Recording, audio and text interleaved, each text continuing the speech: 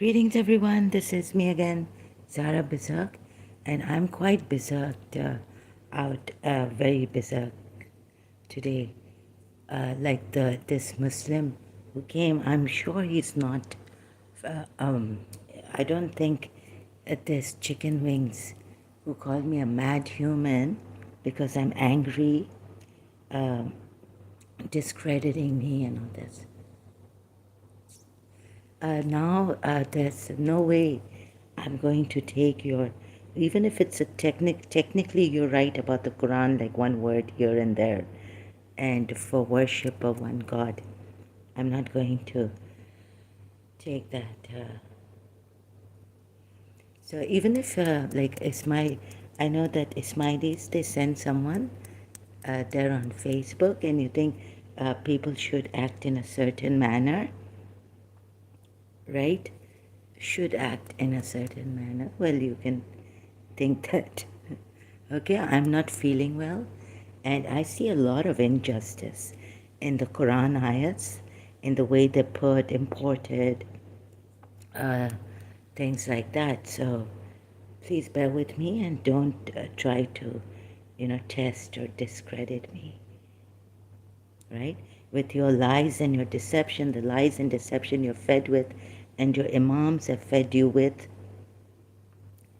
And then when I tell you something, you say something against me. I hardly have any emotional support here. Financial support, yes, but no emotional support. So, they've like isolated. I feel isolated. I can't even go out. Feel scared here when that someone might just come and stab me or something. And those nice Muslims, nice quotations. Muslims you see here coming, sending me love and all this. That's not the majority of Muslim way. So let's see this technically. I'm stuck on this. I just woke up. I haven't even finished my breakfast tea. And I'm so, so no one's going to talk to a mad human. Take the advice of that someone who accepts, a Muslim who accepts that Steve, Chicken Wing Steve, sorry, that was his name, his idea. Someone who says that it's okay. So before that, I show you an Ismaili came, they sent me one of the jahilist Ismailis in the beginning, and he was like, even if you, he was like really terrible here, right? About Surah Tahrim, he didn't have, he's just no prophet, and he failed in trying to explain. So even the imams have deceived you the way they've deceived you and lied to you and distorted the Quran ayats to defend Prophet Muhammad, or the way they're showing you. Even Surah Tahrim, because this one was from Pakistan or somewhere, Pakhtun. I don't know, this Ismaili guy, he had come. And he was like about on Surah Tahrim with me, not accepting that this is disqualified. The Prophet, he was bent ignorantly on and obstinately on Surah Tahrim. That this is not a mistake. This is not. There's nothing wrong in the Prophet doing this. When you said You see, when a person sets hard and fast rules for others and for himself, because he's immune, it's like, the Imam is immune, or the Prophet is immune.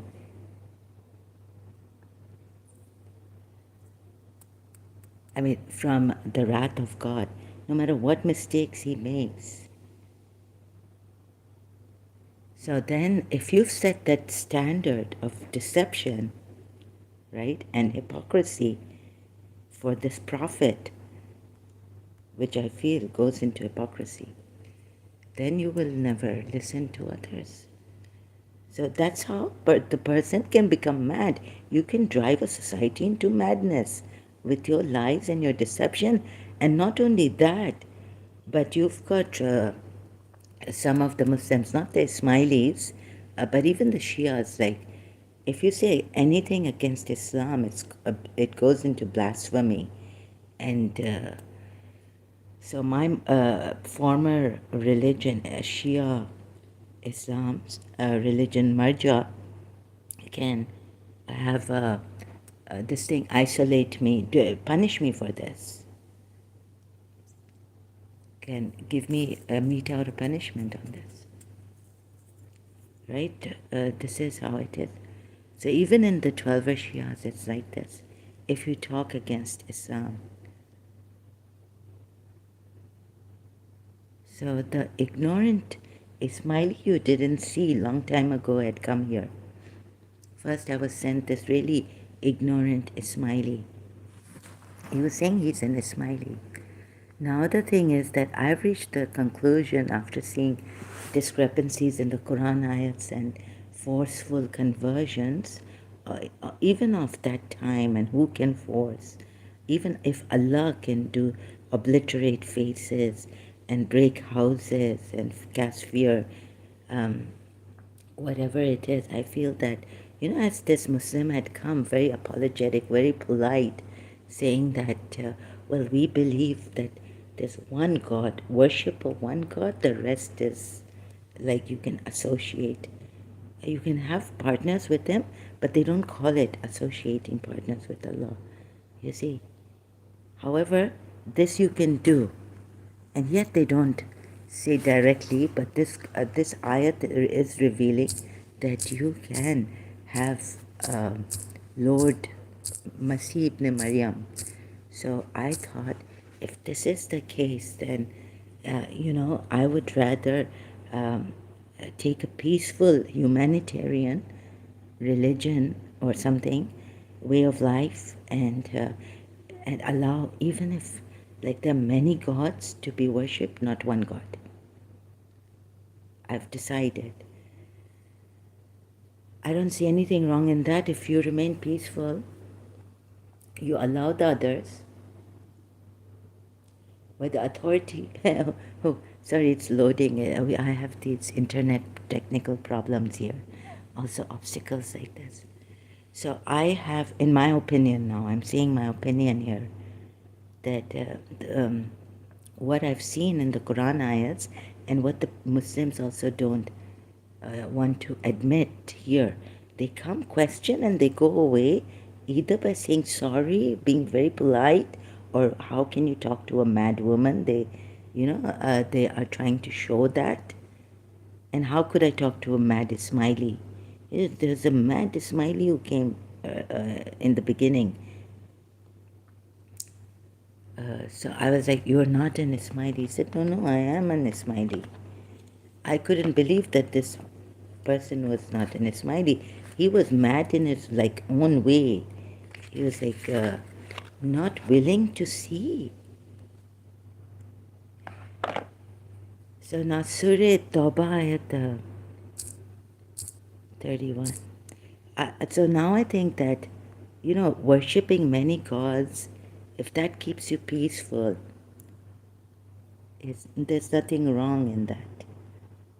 Instead of this, and say that Allah told us, Allah would punish, Allah would cast fear and expel the Yathrib people, like in Surah. I have to give such examples. Allah did that, and Allah is the creator, and He can do anything. And who are we to question that? Well, we need to question to see whether this is the true God, anyways. In the beginning, because there are the ayat that goes that there is someone who tries to deceive Allah, and the believers by using Allah, bringing Allah to witness in his heart. Surah Baqarah, ayat 204.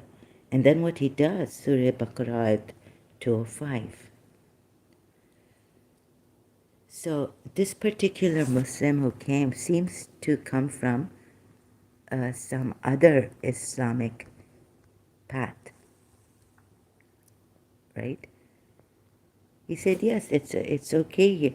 Yes, it does say here. He did admit that it does mean here that Masih ibn Maryam can be taken, but he said not apart from Allah, not instead of Allah.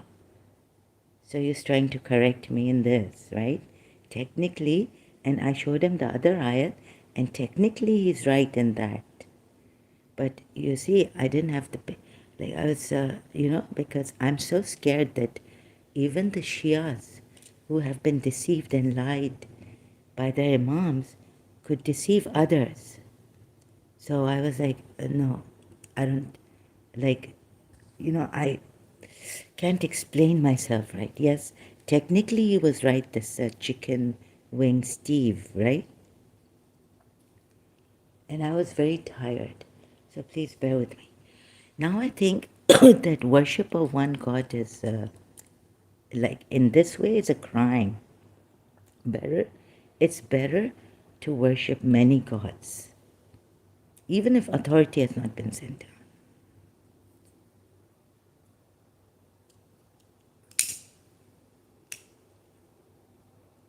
And even if I was thinking, like what the Vishwa Night, I've heard some group, a master of the Vishwa Night saying that Agni did this, then this, and they had this problem, and then the gods had their problems, right? So I would say, Agni, my God, I worship Agni. That's how I went to sleep. You can call me a mad person or irrational, whatever you like.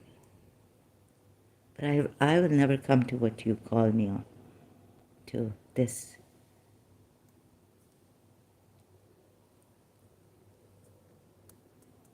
I worship, I mean, I'm just saying, it might, I think I would choose worship of many gods rather than one God, if you call me to this.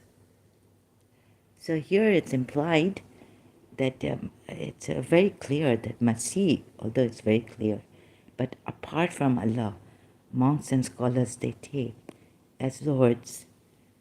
Besides Allah and Masih ibn Maryam, now monks, now the rabbis, or what, the doctors of law, they have taken the rabbis.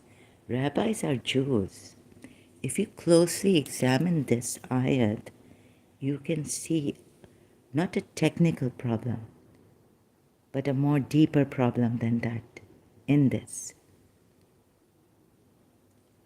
And you can also see why in the second ayat, the ayat after this, one ayat after this, that because they take money and all that, embezzling, and they're greedy, so they take money.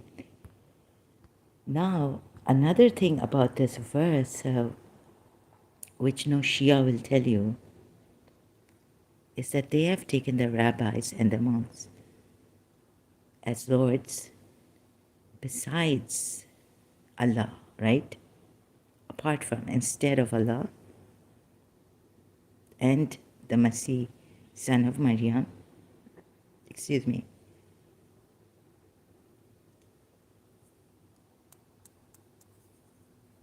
Now, which Christian would take this, do this? Because it's, and which Jew? Because monks of, it's not the monks of Buddha. It's not the Buddhist monks. It's, please give us precisely, when you're blaming someone like this, and then you yourselves are taking spoils of war and take alms out of their wealth for them and pray for them. Surely your prayer is the source of security and peace for them. So if you're blaming like this, please give us, like, these are not Buddhist monks. These are not rabbis which are apart from Jews.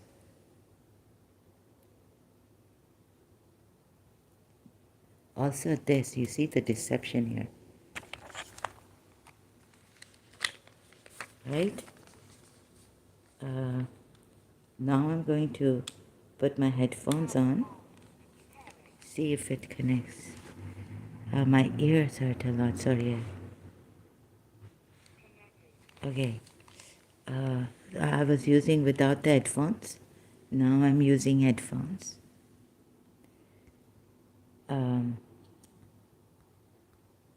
Right? I mean, it's bewildering, really, how your imams have been lying. It's okay. I mean, the polytheists were taking it, when there were lies against them. The Christians were taking it. The Jews were taking it. They want to extinguish the light of Allah with their mouths, but Allah refuses except to perfect His light, although the disbelievers dislike it. So I've gained a bad name here, and not like the respectful Imam, His Highness Al Khan. Maybe you'll not like me here, right? You can go on following the Imam, every Imam in this who lies and is endorsing such lies and such exaggerations and such lies, deceiving you, even His Highness Aga Khan the Fourth, right? Shame, but you can do that.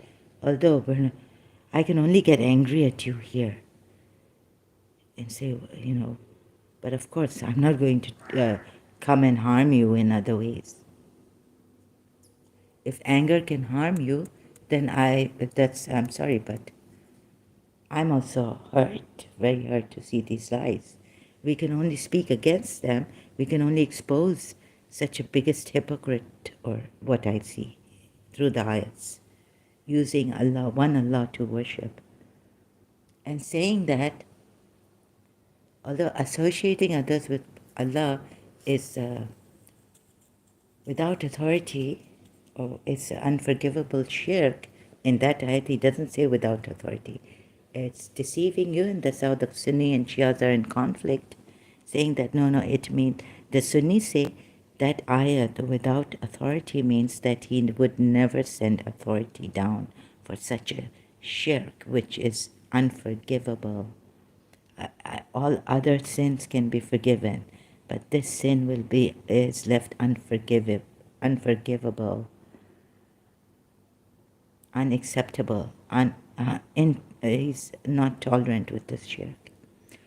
But today I say that I believe in Agni God and Sun God and Moon God and Stars God. Oh, you have believed. Indeed, many of the scholars, I'm going against it, like, there's no, why not? I believe I just believe like a child, like many gods, I love them. I will worship the sun.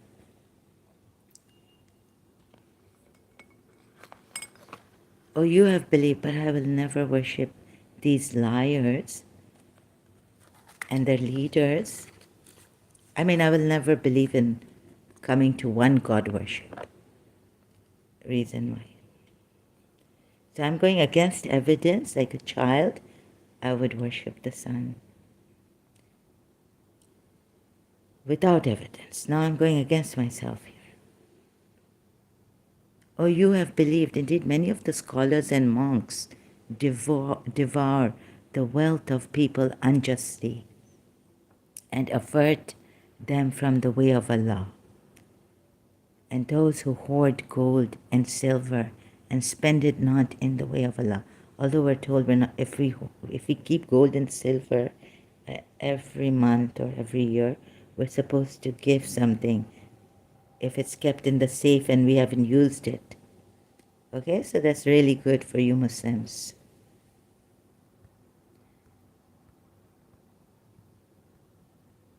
So this is also one reason why, and the day when it will be heated in the fire of hell and seared therewith will be the foreheads, the flanks, and the backs. This is what you hoarded for yourselves. So taste that you used to hoard. Indeed, the number of months with Allah. So okay, this also see that please tell us which monks and which rabbis, because since you're blaming them for hoarding also, and you're blaming the Ahl Kitab, Jews and Christians, for taking their monks. Besides Allah and Masih ibn Maryam here, please tell us which Christians and which Jews were doing this at the time. And if you say it's general, you've got to give an example, since you here have been blaming these Ahl Kitab monks and rabbis of Ahl Kitab. You can't just put it generally. You can say that something else, but you can't say that they would they take. You can't say they take their prison. You can say that we never allowed. Do not take your monks and your something like this. Let me see what the Quran ayat is. It actually says here they have taken. So when you're so particular about a word, yes, which could make a world of a difference if you take it wrongly, right? If you don't take it rightly. I do agree with that, but there are other ayats which are contradictory and all this. There's discrepancies, the ayat's not put properly, it's in a mess, this Quran, and it's blaming the other side, the Islamic history. Someone came here saying, you're not taking the original source when I'm showing this person from the Quran ayat, right? And then they didn't say anything, they didn't respond. I asked for a response. They would just go away saying, she doesn't listen as she should be listening, or something like this, like, I can't trust the Muslims to discredit me. Like Surah Fatah that clearly says that because they lagged behind, Allah, this Prophet Muhammad, uses this Allah, one God worship, because they lagged behind, not because they thought all those bad thoughts about the Muslims, which is also mentioned in the Quran ayat against them, the Jews who had become Muslims, but they just didn't help Prophet Muhammad, and just not. So for that, just not helping Prophet Muhammad and lagging behind, right, was that they were going to fight, face such an army, mighty army. Allah had, and until they obey the command of Prophet Muhammad, meaning also. So in some cases you could be very right, like you could try to, correct me.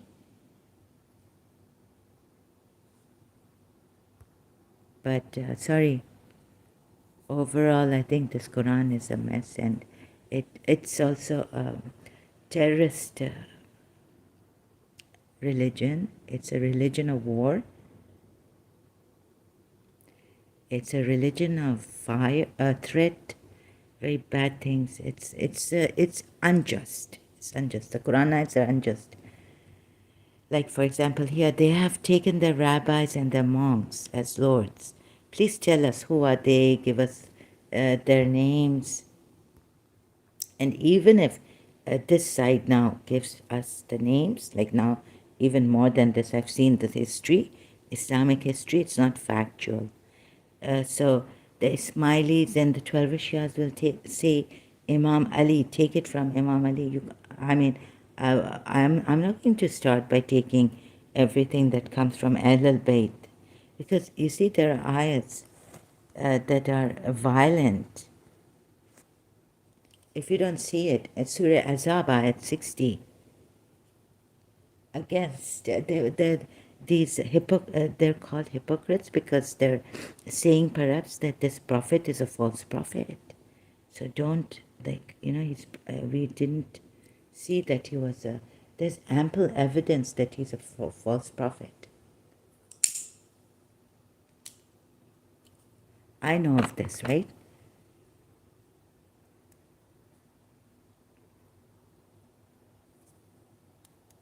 So there's a Sunni shaitan and there's a Shia shaitan. In the way you study this, and you're told you should study this the way it should be studied. So you have to learn it from someone, the author of this, the one who imparted this, not the author, because the author you can't even see. It's alleged that the author is Allah of this. I mean, you believe in it, but why should I believe in it, or why should the polytheists believe in this Quran when I can see, when some eyes are showing, and you have to seep through it, that it's a deceptive, it's very unjust, it's not precise, it's not in detail.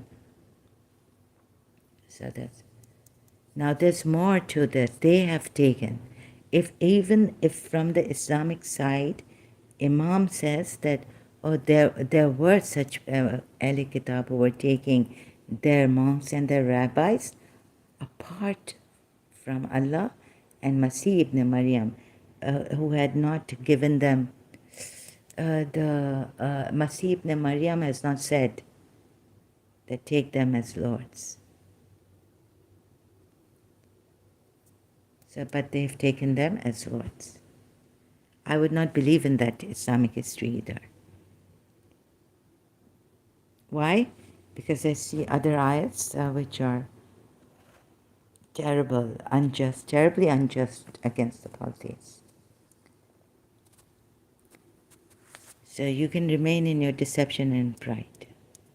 Don't come here, please. Thank you. Be misled by your deceiving imams, your deceiving leaders in Islam, and your lies, and the lies you have been told. So, like, beautifully you've been told lies against this Islam. One beautiful God, one this, and even like no one can beat the Ismailis as in respect and politeness and all that.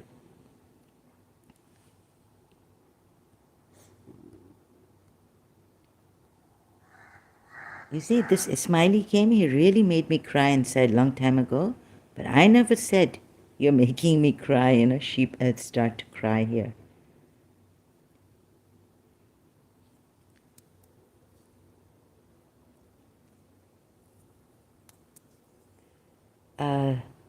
Okay, so now I have to search for that ayat where technically,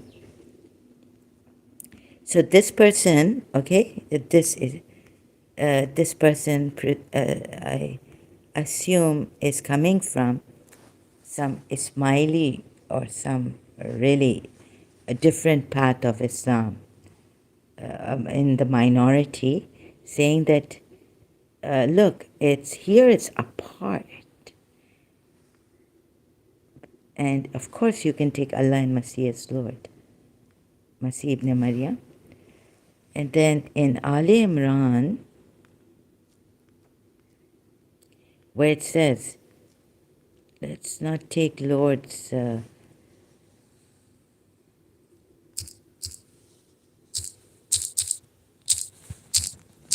take each other as lords.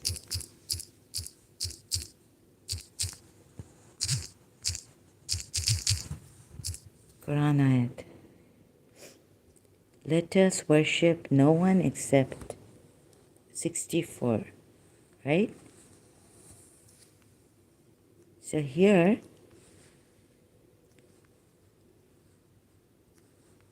say, O people of the scripture, come to a word that is equitable between us and you, that we will not worship except Allah, and not associate anything with Him, and not take any other as lords instead of Allah, right? Say international. So you're saying here, because it's instead of Allah, but since there, it's not instead of Allah. It is instead of Allah, but you see like here, and do not associate anything with them, with Him. And it should be put, but here, do not associate anything with Him.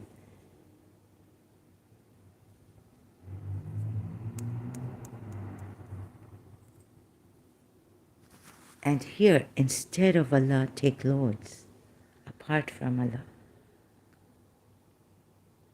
So here, when they put not associate anything with Him, again, you see, this person was concentrating on this ayat instead of Allah and worship of one God. Like we don't include anyone in this worship. Although there are rituals, practices, we're supposed to take Allah and His Messenger, Surah Fatah, help Him, honor Him, but that's not worship. That's not worship. Oh my God, of the Messenger of Allah.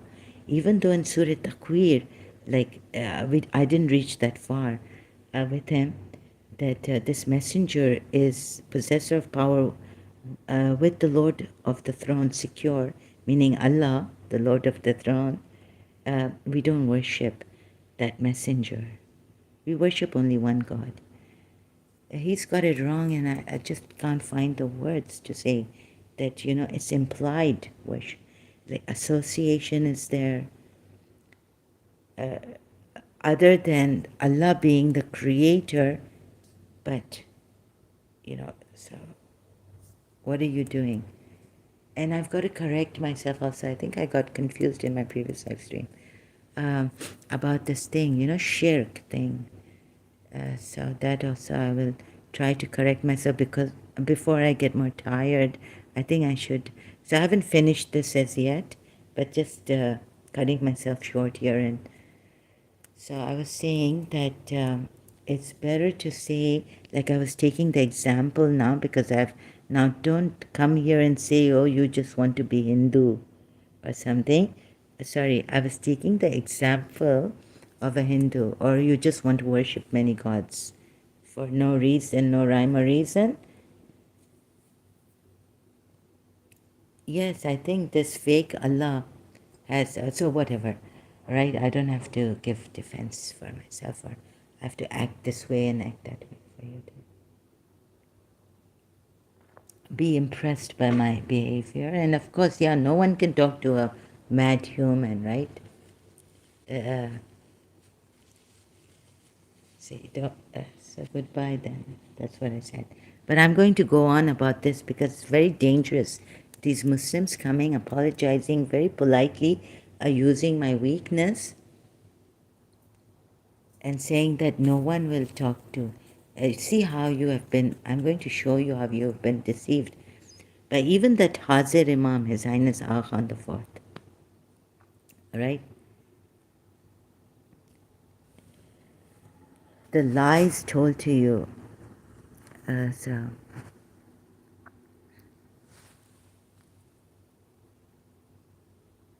and I'm very transparent, like that's why I've put your ex-Shia.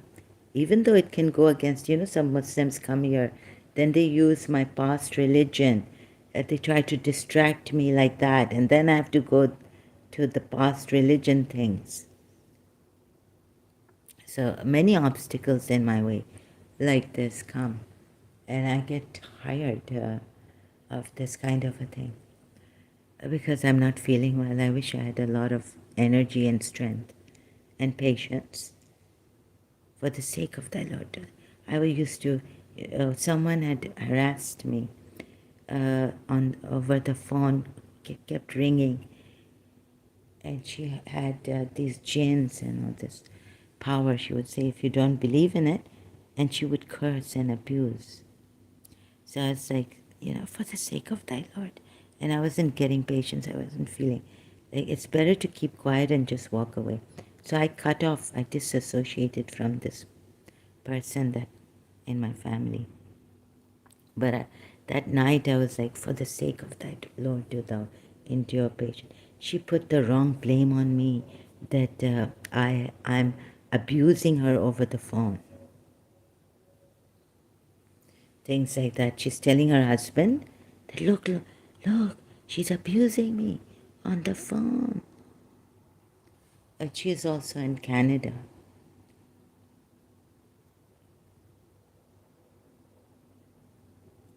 And I didn't abuse her. I just told her, why did you slap my sister and curse my youngest brother? So she, see, husband, her name. I'm not going to take the husband's name. She's abusing me over the phone. She's like screaming out like this.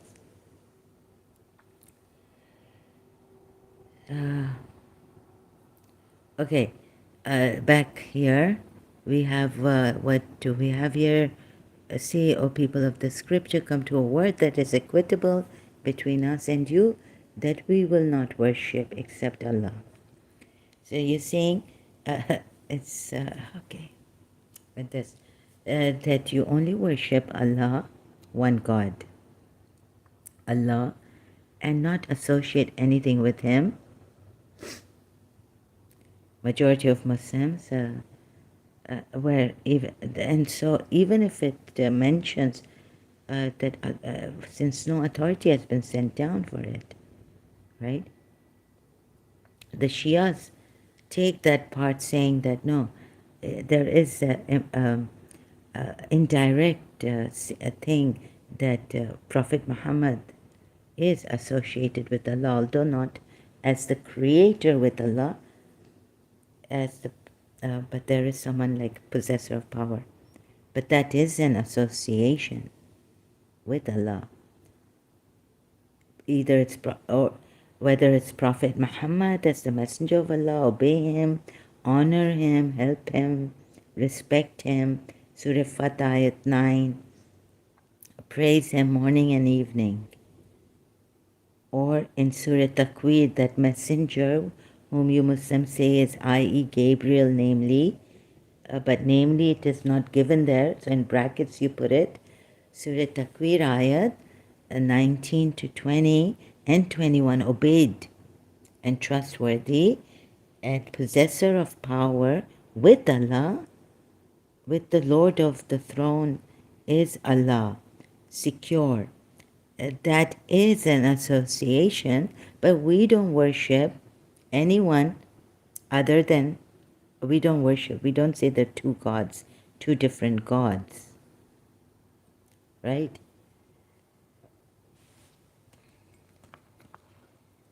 But along with Allah, we take them as associates in this power and trustworthy and obedience. Likewise, as Allah says, this is my word and my revelation, and I recite, when I have recited it, then people recite it. Even that, if you can see that ayat in Surah Qalam or Surah Qamar. So this is the word of Allah, and yet in that ayat in Surah Takwir 19, it says, this is the word. Now I'm losing my energy, so that's why I'm becoming a little, let me struggle, right? Please don't jump to conclusions here. When I start to have the confidence, passion, because I need that passion, I need that to go on like this. Otherwise, don't make me like a, well, what do you call that? Like a meek. Yeah, I come here a meek person. That I should act this way, and this is how I should talk and be calm, like the way you want me to be, you, to be with you.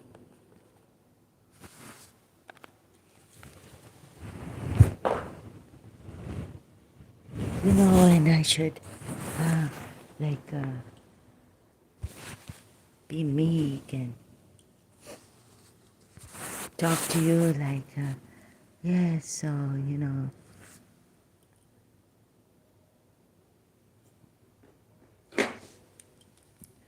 so please, I have some, like I said,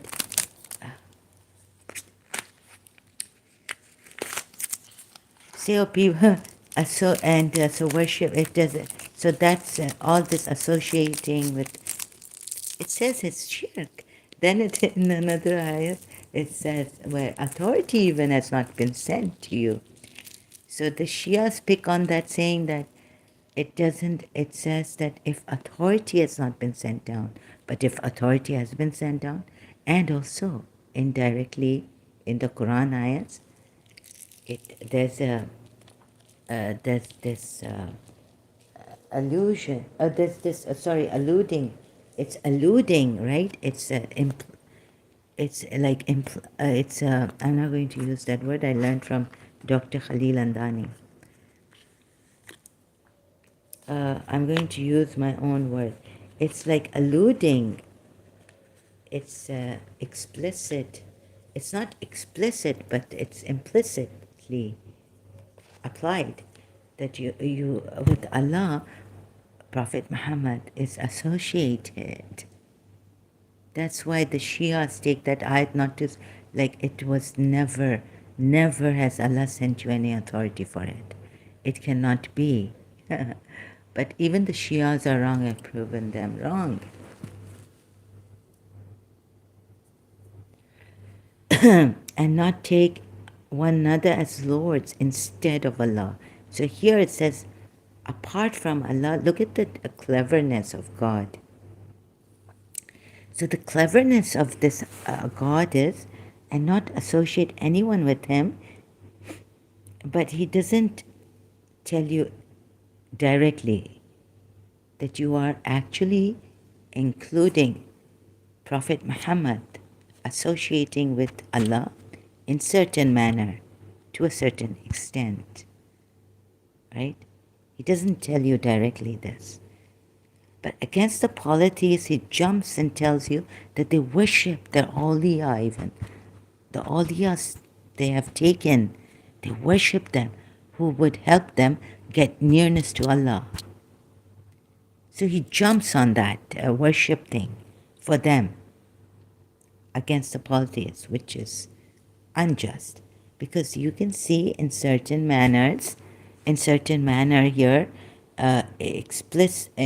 implicit it is, right? It's indirectly, like you're associating messenger of Allah with Allah in certain manner and limit. There's a limit to it, like it's not the creator. You were not there when we drew lots about Maryam, who would be Maryam Ale Imran, daughter of Imran's guardian. So please, it's a very, very frustrating for me and very this thing. Although, yes, there are some, Shias very good mannered, and they will, and they will even come to use my weakness. Oh, she's a mad woman. We can't talk to her because she's angry.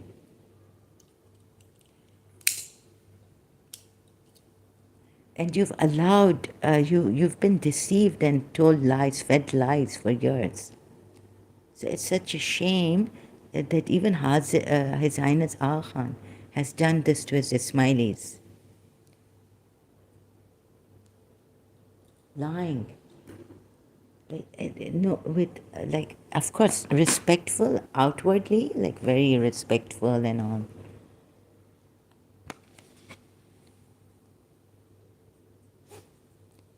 And a very good conduct, demeanor, and all this.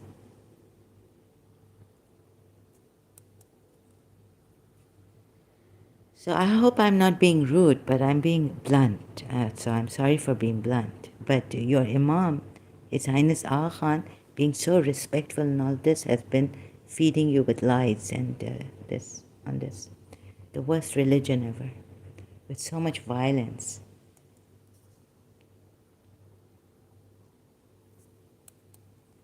Right?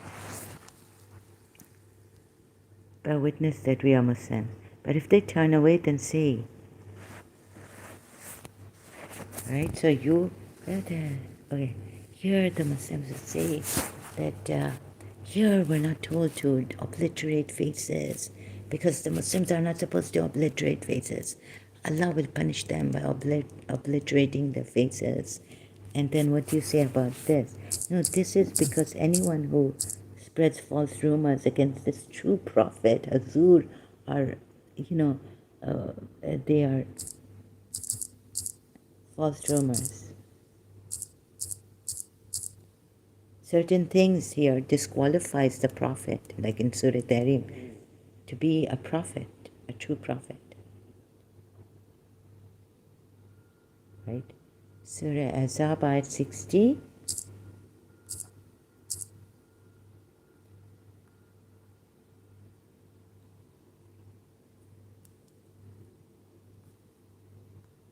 If the hypocrites and those in whose hearts is disease, and those who spread rumors in Al Medina, you're saying that in this city, also, look at this, right? It was a Jewish city, and he will not have hypocrites there, nor would he have in whose heart is a disease, and he can't stand hypocrites. It's Allah also. He uses Allah, but even there's no difference between Allah and the Messenger in this. He doesn't desire from himself, right? So what Allah cannot stand, the Prophet cannot stand. This is in Shia Islam, right? He will not have it. He will not tolerate hypocrites and those in whose hearts is disease. And he calls them hypocrites, but I think I've shown you that these were not hypocrites. I had to seep through the eye struggle.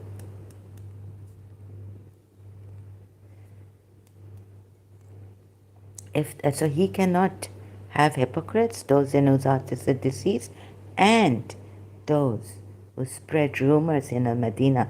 You're going to kill all three of them. You will be incited against them. Do not cease.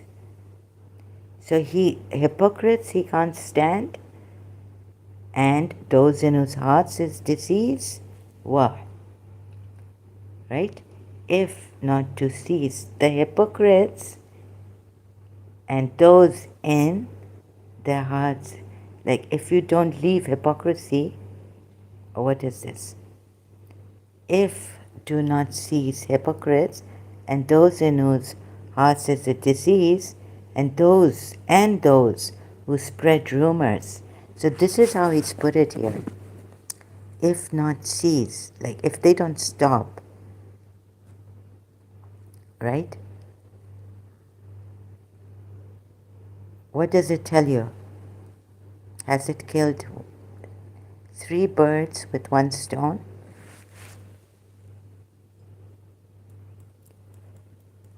If the hypocrites and those in whose hearts is a disease, and those who spread rumors. Now see, you would take it that these hypocrites are not ceasing to spread rumors, but that's not the way it is put here. If this means and would mean if the hypocrites do not cease being hypocrites, and if those in whose hearts is a disease do not cease having that disease, right? Finding an ailment for this. That means Islam, worshipping one God, or and abiding by the command and all this, right? And in the hearts is that disease. Do not see, and those who spread rumors in the city, not all three of them spreading rumors. No, each one is separately mentioned. And here, a very clever God, like, would deceive you. So technically, here, you look at the technical import of this Quran ayat, the words used. If do not cease, if they do not stop, the hypocrites, and those in their hearts is a disease, from spreading rumors. It would that no, it's not like that.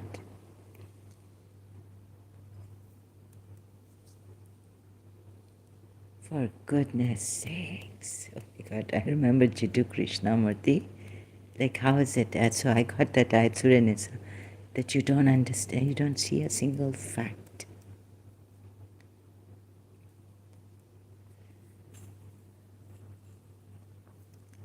Do not cease. If, meaning the hypocrites do not leave the hypocrisy, meaning the ones who in whose hearts is a disease, do not leave the disease in their hearts, meaning embrace Islam, and that will have the disease go away of the hearts, in the hearts, and those who spread rumors in the city, Medina, it says, we will let you overpower them. We will let you overpower them. So here Allah is telling you, you will be allowed to we will allow you to overpower them, then not, they will remain your neighbors therein, except a little, for a little while, meaning, except a little. I don't know what that means, but it's not clear, but anyways, except for a while. What it means, it's not clear. Accursed wherever they are found. So Allah has accursed them wherever they are found, being seized and massacred completely. So here, those Muslim believers with Prophet Muhammad would be incited, aroused to do this, allowed. Right?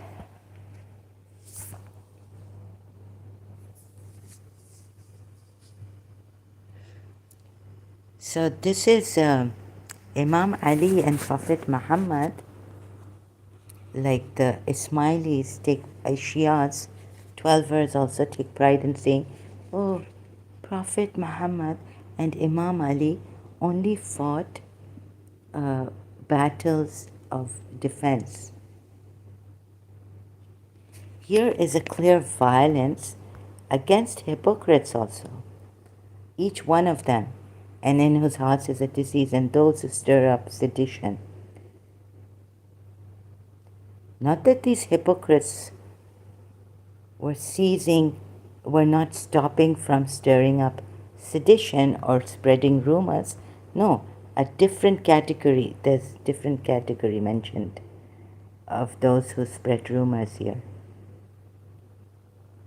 It is about not ceasing, it is about if they do not cease being hypocrites, for the hypocrites and those in whose hearts is a disease, not cease having the disease in their hearts, and those who spread rumors do not cease from spreading rumors in Medina, which is not even his birth city, shouldn't they leave the Muslims and Prophet Muhammad, Muslim believers?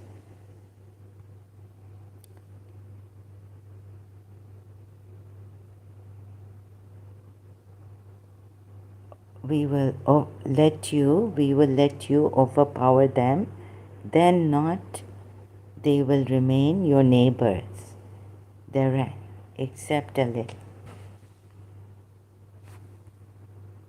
You get it? Oh my goodness. Accursed wherever they are found, seized and massacred completely. So this is defense, self-defense war. This is a war. This is a killing massacre. This is not a war. This is not a war. Sorry. This is like violence against hypocrites and those in whose hearts is a disease and those who spread rumors in the rumors in the city, or rumors, spread rumors.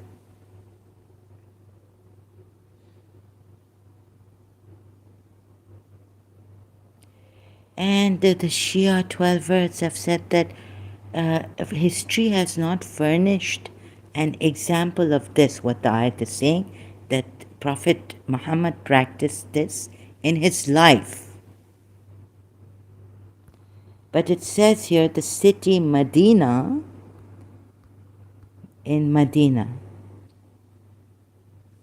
But thereafter Imam Ali did, and thereafter Imam Mahdi the Qaim will come and do this. But history, you can say that, what history? Ibn Ishaq furnishes an example of the killing of the Jews. Whatever reason what reason they gave a battle to Prophet Muhammad. So you're good in history, you read also Ibn Ishaq.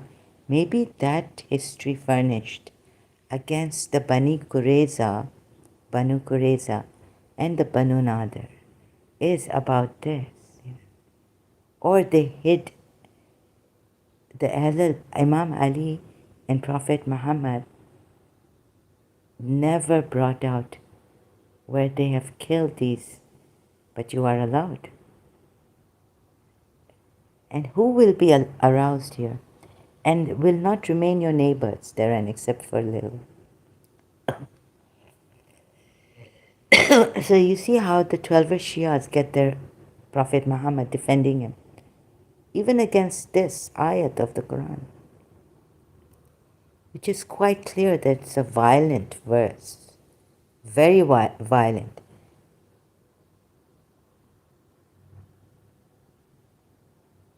And it mentions Medina, which is just like a city. It says city. Medina. You see this? And it wasn't Medina before, it was Yathrib for the Jews. Prophet Muhammad changed the name to Medina.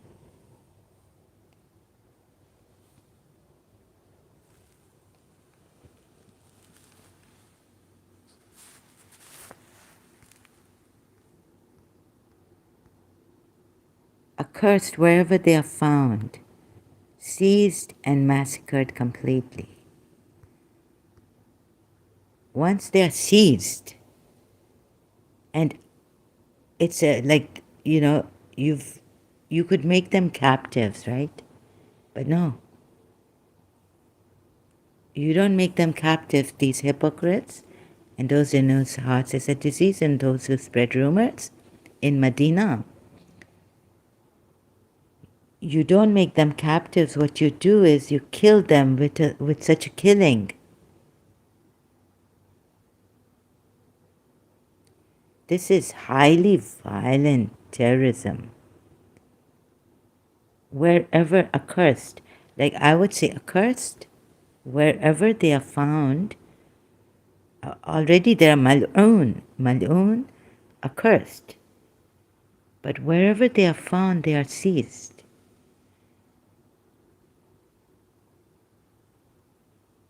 And massacred completely.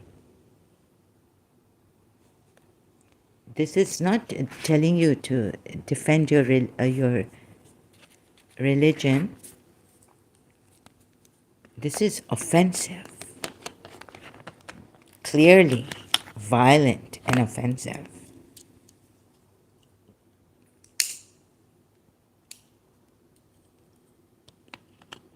Sorry, excuse me.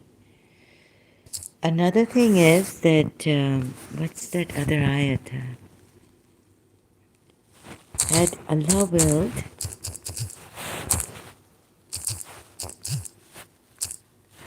you would have all been one community.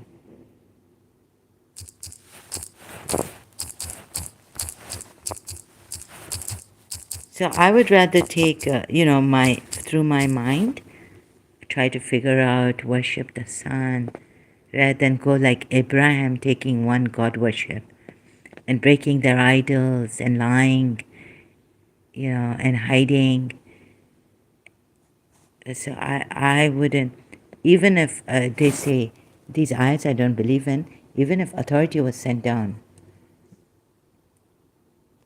to, like, what is it? Okay, I have to correct myself also on that. Shirk, duality, the problem of taking one God apart from and saying that he is beyond and apart from his creation, what happens? You see, shirk doesn't happen because here, when authority is sent, you enjoy, you are allowed to enjoy life, live as long as, don't live extravagantly, wasting things and all, but you can live, and this is not shirk, right? So that I will speak about, which I spoke. I don't know, I got myself confused. I could be wrong. Let's see, in my previous live stream. Had Allah willed, He would have may have been all been one community. So bear with my English also.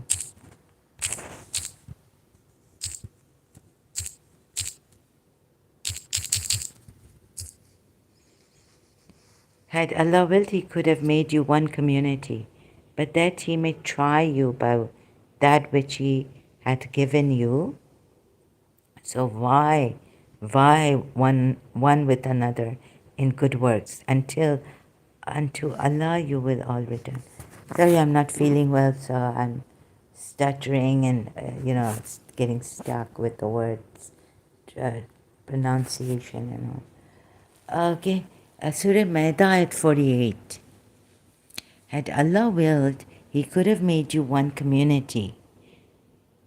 So the reason why He hasn't made you one community, if Allah so willed, He would have made all of you a single community. But He lets whom He wills go astray and takes whom He wills to the right path. Surah Nahl at 93 also. And Surah Maida at 48.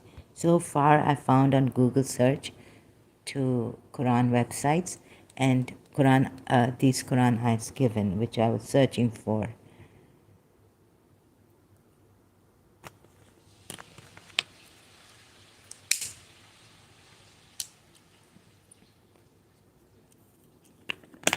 And there's another ayat which says that mankind was one community. Is it in Surah Baqarah?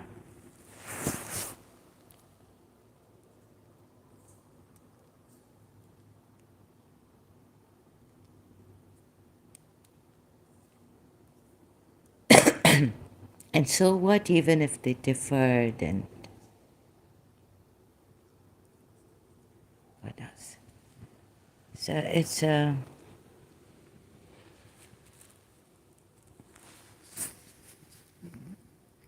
I will try to get the confusion out here maybe.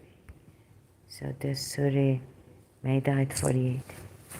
Oh goodness, where have I searched?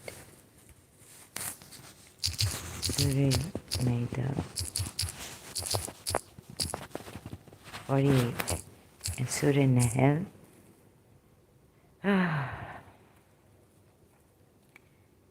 But His will is to test you with what He has given.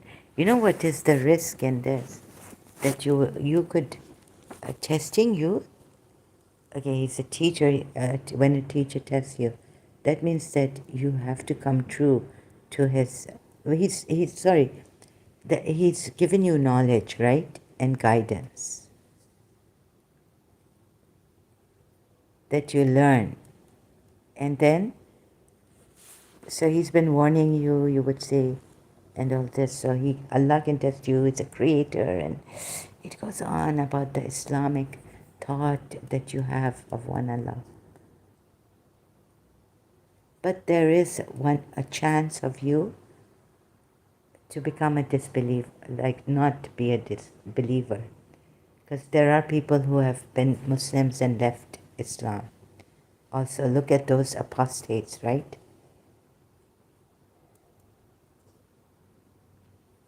And they sincerely feel that this is not a true religion, this is a religion of war, and all this, not a religion of peace.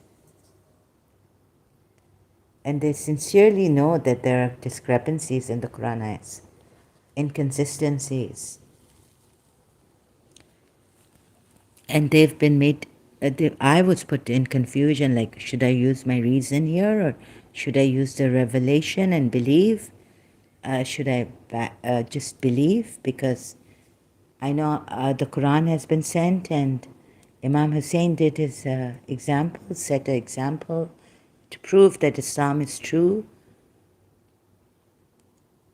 Or what shall I do now?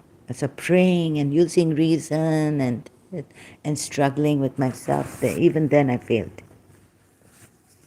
Failed to come up to what, to get my prayer answered and to have that determination to do what I wanted to do in life and follow the example of Imam Hussein, be an obedient daughter, what Allah has told me to be, and like that, I failed.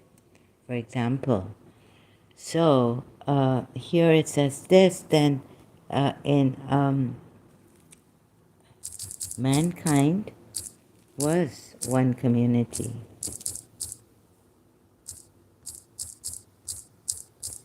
Then they differed.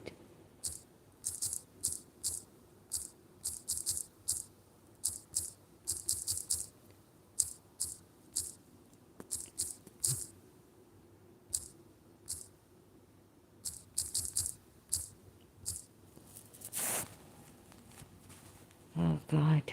Mankind were but one community, then they differed. And had it not been for a word that had already gone forth from thy Lord, it had been judged between them in respect of wherein they differ.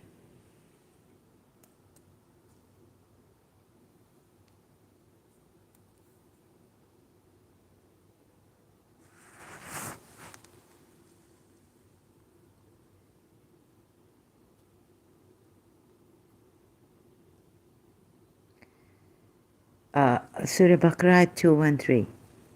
Mankind were one community, and Allah sent prophets with glad tidings and warnings.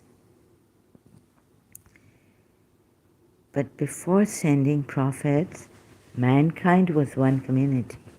Then they differed, but here there's a problem in this ayat. Surah Baqarah.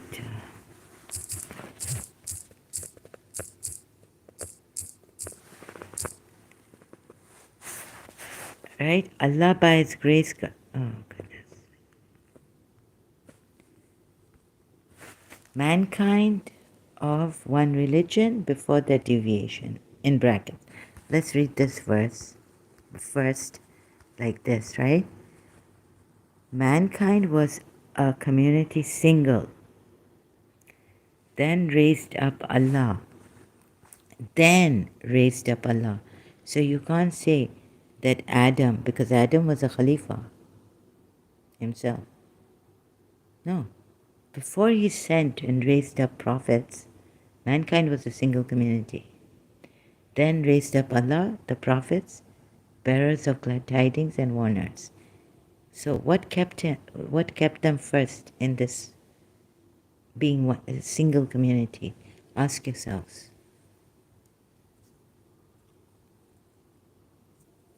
And then they differed. Thus Allah sent down. So you can't say mankind was Muslim first, or whatever you might want to say. That as a prophet or as a Khalifa, mankind had a Khalifa and they were one community. You can't take all that thing of here about Islam, right? Mankind on its own was one single community. Then it says then, the word. Then raised up Allah. So you can't give credit to Islam at this time that mankind was a single community. Don't jump to conclusions that Adam was sent and that's why mankind at that time was one single community.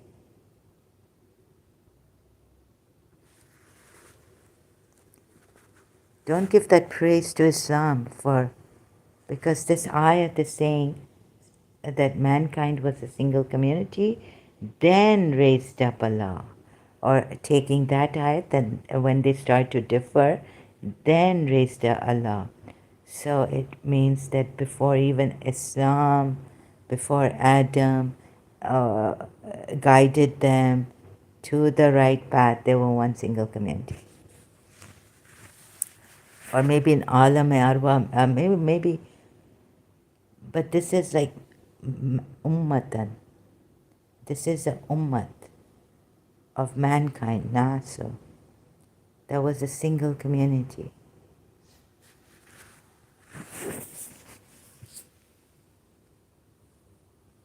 To judge in truth with the book,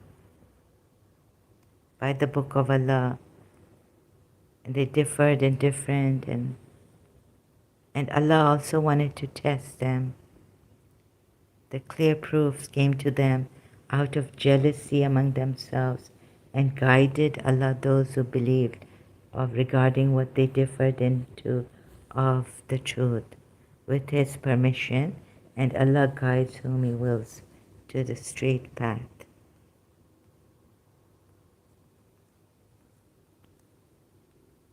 Then Allah raised up, and also to test you yourself in this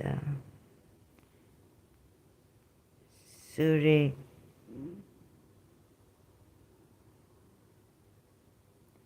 Okay, of believers, it doesn't say like that. But they put in brackets, and not the mankind, but the community one. Then they differed. You see, some of them put quotation marks, like once all men were but a single community. Where was you see the bracket when I was searching, the quotation marks here? Of believers. Please don't put this of believers here. Doing a great injustice. Surah Yunus, ayat 19, you could say they were believers. Mankind were but a single community. Right? But Surah Baqarah 213, it says, then we raised up. Allah sent prophets with glad tidings and warnings. It says, then, when they differed, there's Surah Yunus ayat, because they differed, and in this ayat too, you can see, it says, then they differed out of jealousy and all this. But you can't give the credit to Islam and them being believers.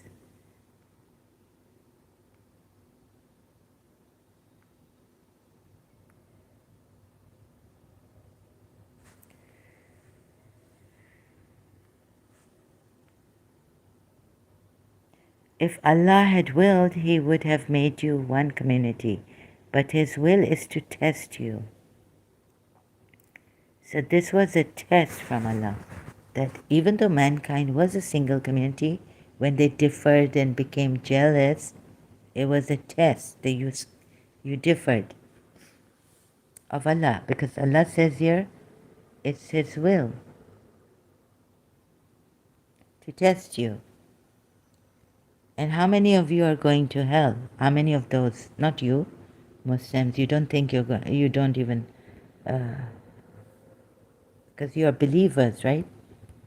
And we have revealed to you the book in truth, confirming that which preceded it of the scripture, and as a criterion over it. So judge between them by what Allah has revealed, and do not follow their inclinations away from what has come to you of the truth.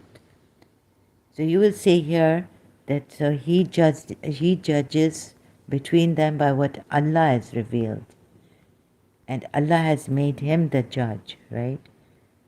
So you would argue against my thing on that Muhammad has been made the judge and Muhammad is equal to Allah in this, associated with Allah in this. But Muhammad is made the judge too.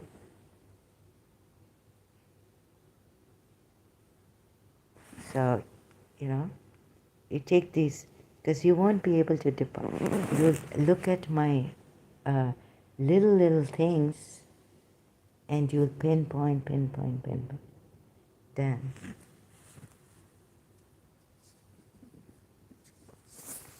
Do not follow their desires and disregard. You see, look at the good side. Look at here. Right? So Muhammad, although do not take anyone than Allah as the judge. Okay. Something I feel so pathetic about this. Muslims won't depart from lies and all this. I won't depart from this offensive religion, because you'll take my little thing, like here it's instead, and here it's, okay, there you could be technically right, you're right. But overall picture, I showed you, like they worship awliyas. This is how God has put it for them. And you say, no, we don't worship them. But then, okay, you're associating the messenger with Allah? No? So this, and anyways, mankind was a single community. Where is it? If Allah had so willed, He would have made you a single people. But to test you, so what Allah, there was mankind of single community, and that was not due to Islam or any prophet. Because then we raised, remember that ayat in Surah Baqarah 1:3. Even though they differed, but they were one community at one time. And they were not Muslims. It's not due to Islam, which made them one community.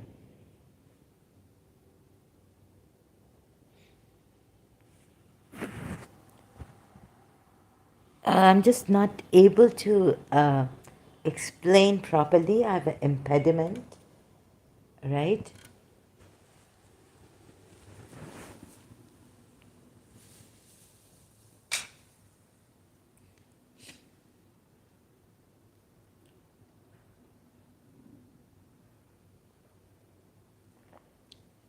So now, I don't know what they were trying to make me feel, like sending me someone, a young man.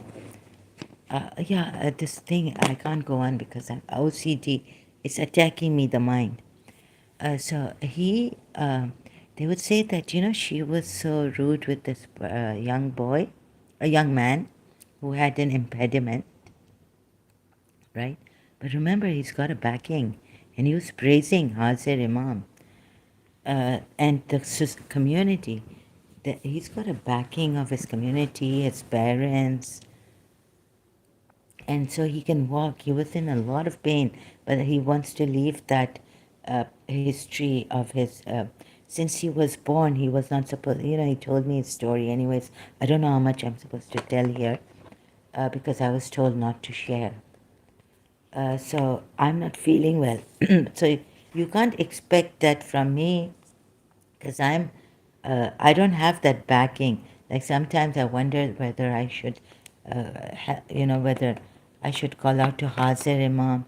Maybe Canada can help me, but now no prospective. It's closed. The doors are locked. I don't even want to go to Canada and ask for help from Canada. So if you're thinking that I had no consideration for this young man who was in a lot of pain since the moment he was born, he was not to survive.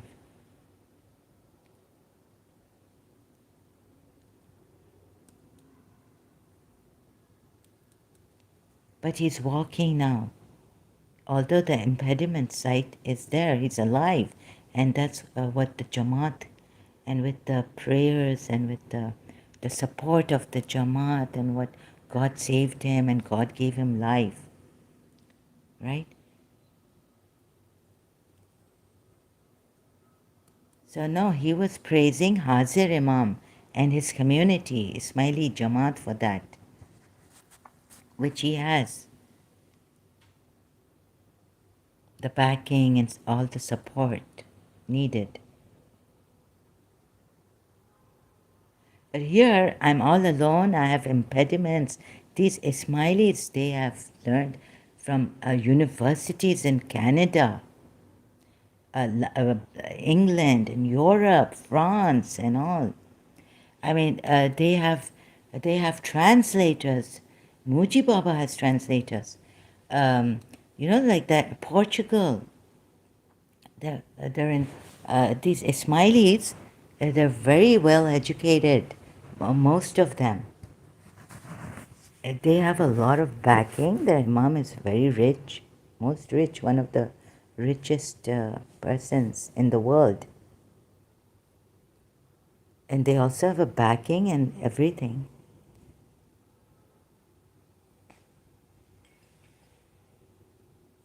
So also consider that, right? The mitigating circumstances, I would say, about my case.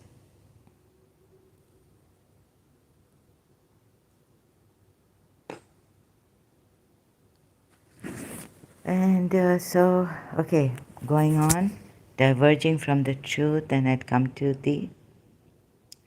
To each among you have we prescribed a law and an open way. If Allah had so willed, He would have made you a single people. But His plan is, okay. What is this? For myself, understanding, like, to test you, and a Muslim will come and say that His plan is to test you in what He had given you. Because He has given you, made you a single people. He would have made you a single people. No, wait.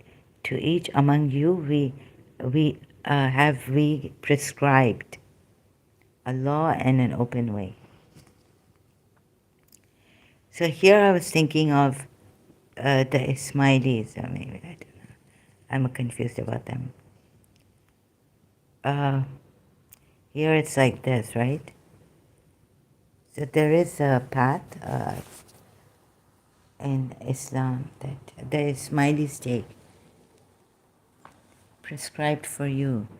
Did He vouchsafe for you, or did He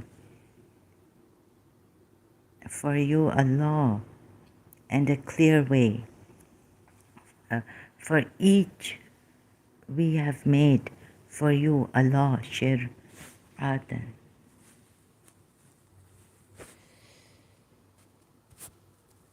And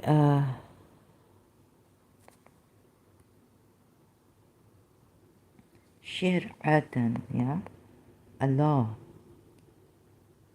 for you. We have made. Sorry, I'm looking at shir'atan. We have made, not prescribed, but Does this mean vouchsafed, allowed, permitted? So if you take this ayat, this would mean, you know what it would mean? That you can be a Muslim, you can be a Hindu, you can be a Sabian, right? Or maybe I'm wrong, I don't know. Because Allah has made it that way for you, a law and a clear, like to each one. Wait a minute, if I'm not mistaken here. For each we have made for you a law, and like not the Islamic law, but a different law than Islam, perhaps. Or it shouldn't be like this now, should it? Because no other religion will be accepted by you except Islam.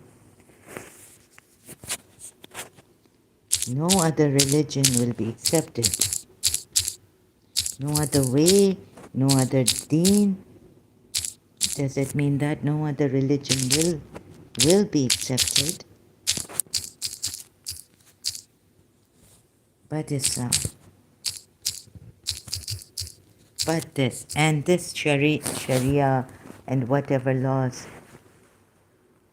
or the way of the Imam, you can take Ismaili Imam, very lenient, but not that lenient, but not like violent, very peacefully taking it, whatever way you want to take.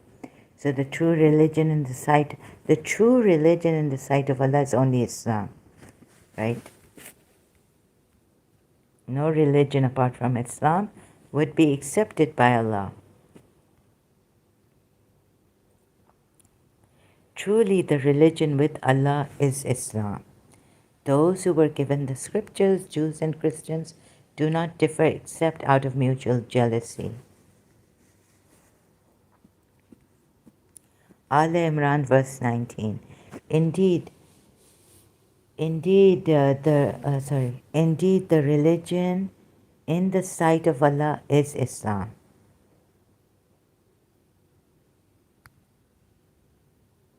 And those who were given the scripture did not differ, except after knowledge had come to them out of jealous animosity between themselves.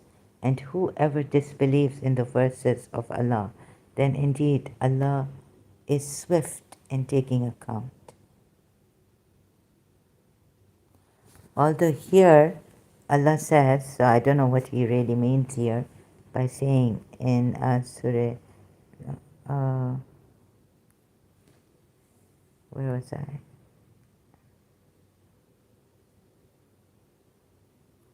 Was it Surah Baqarah 213 again? Or was it Surah Maida? Surah Maida, Ayat 48.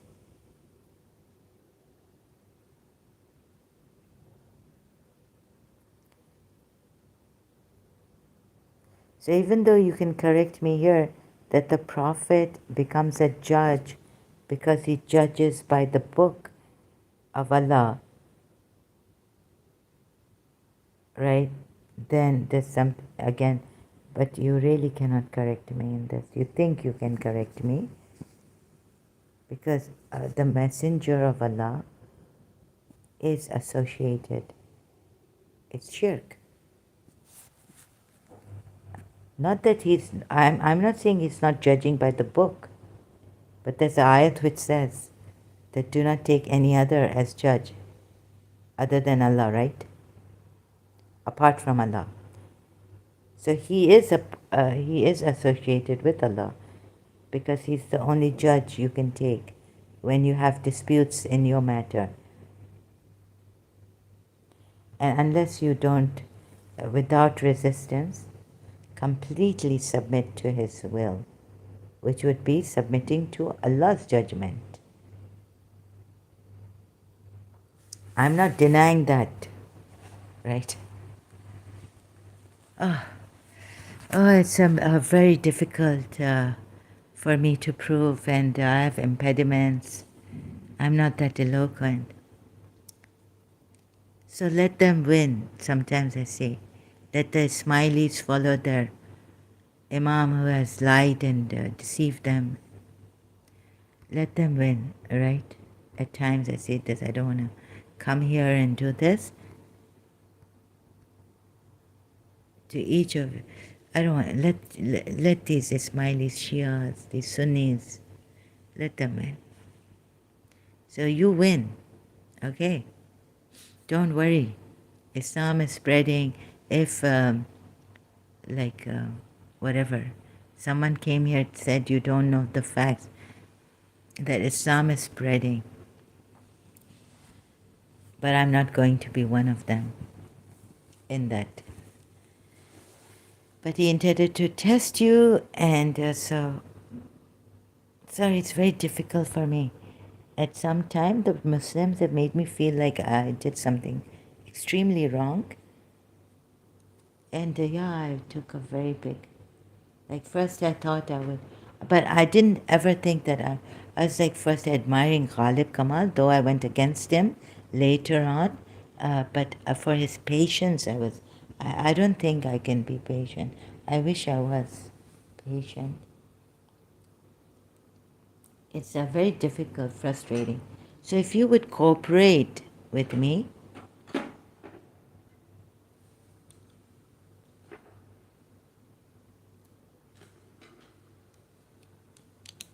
see the position I'm in here, if you would cooperate,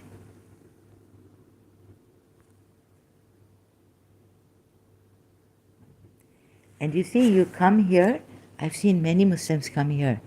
They question me, and then when I prove them wrong, or I think I've proven them wrong, I've shown them through the Quran, they don't even acknowledge it here, out here. That leaves me like thinking, wondering that, I've done, I don't know, maybe, like, I don't know what, क्या दाग मुझ पे लगेंगे अब, कि ये आती है, ये stubborn है, or very politely coming and putting a word against me here.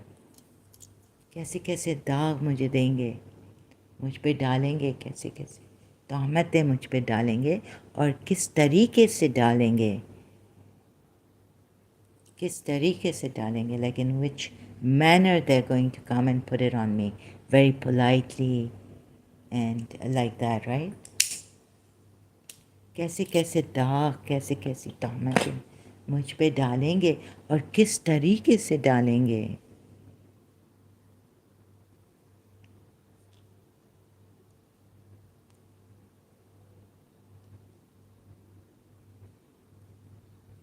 Like coming politely and even saying sorry, but they've got their message through that this is a mad human.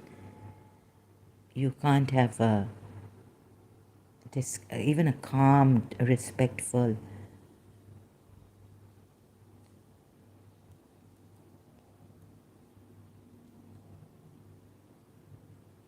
Oh,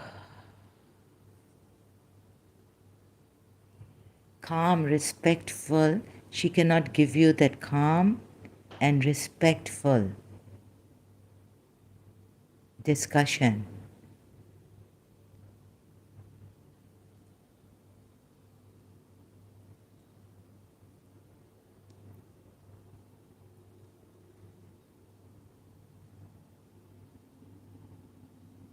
To each of you, it says prescribed, this translation, a law and a method. We prescribed. We made. So I don't know now whether, it's a very minority that Hazir Imam Ismailis have like pluralism and all this, that you're allowed to, like, okay, let the Hindus be, let's be peaceful, let's have plurality, pluralism, unity in that, right? Differing, but keeping our differences. There are differences, but accepting each other's differences and prospering, cooperating with one another, and hand in hand we go.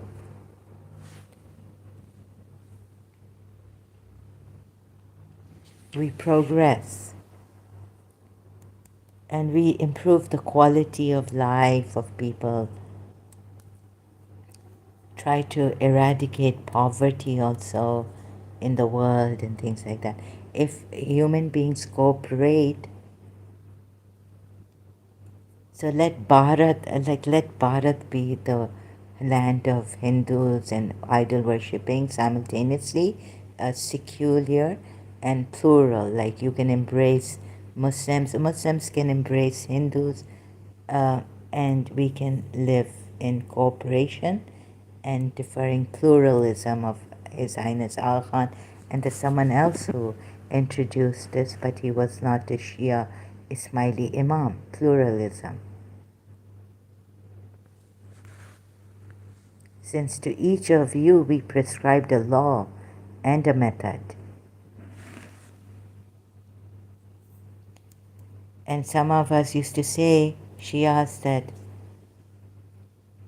maybe Hindus, didn't have that. Uh, what can you do? Like they're born in that idol worshipping thing, environment, and the parents are idol worshippers, and they haven't received that education of this Islam properly. Properly, it has not come to them. Proper guidance, proper imam, like explaining to them, has not come.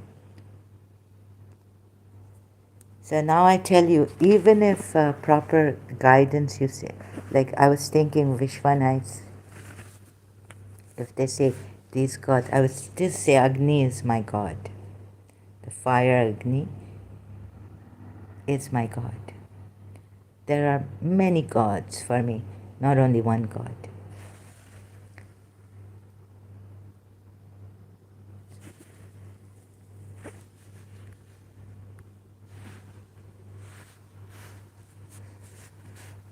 Sorry, I don't believe in one god anymore.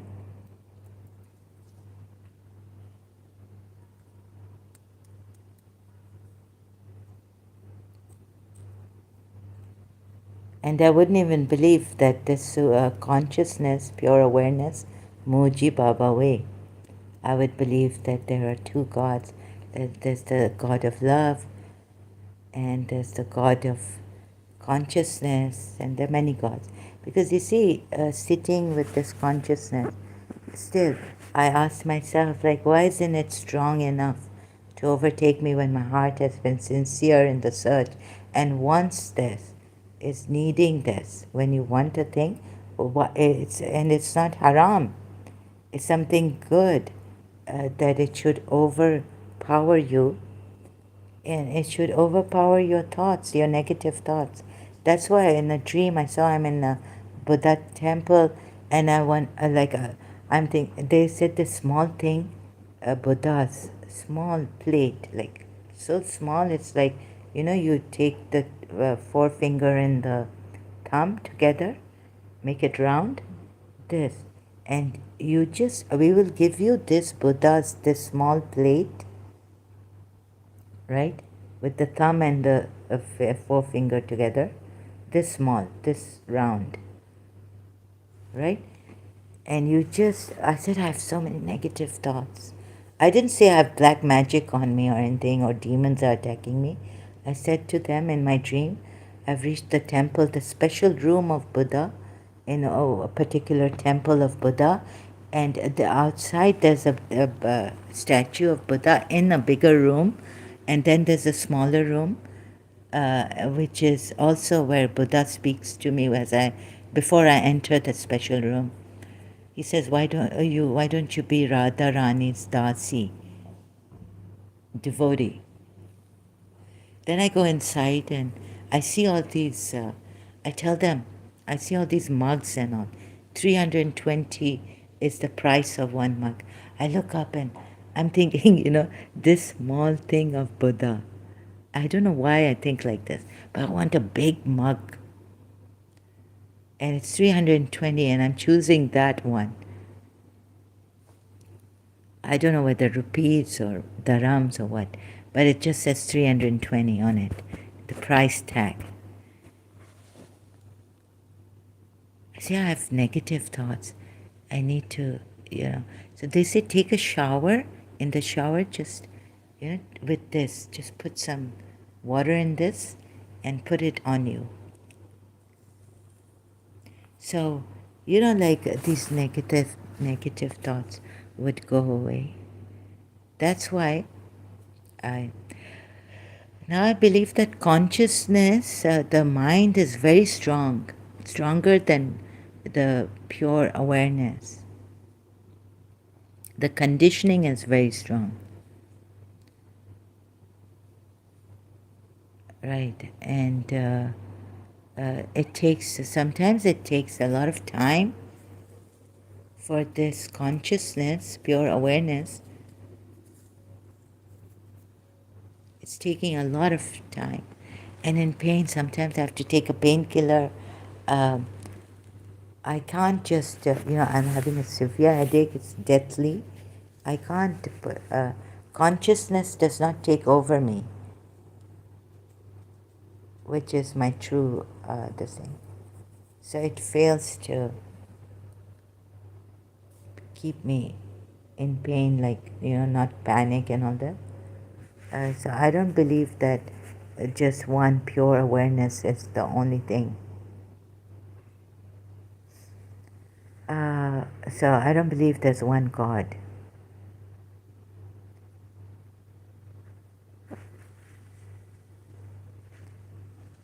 Right. So there's and that one God is, you worship one God, and in that you can have associate things and people who chosen by God, of course, sent authority, and you can have lords also with him. And this, he's made it for him, this one God, and that one God worship, and then we have this, and this is all nonsense for me. For me, I'm saying it's nonsense. This is just a facade to attract you, exploiting that one God which is apart and above anything else that he has created.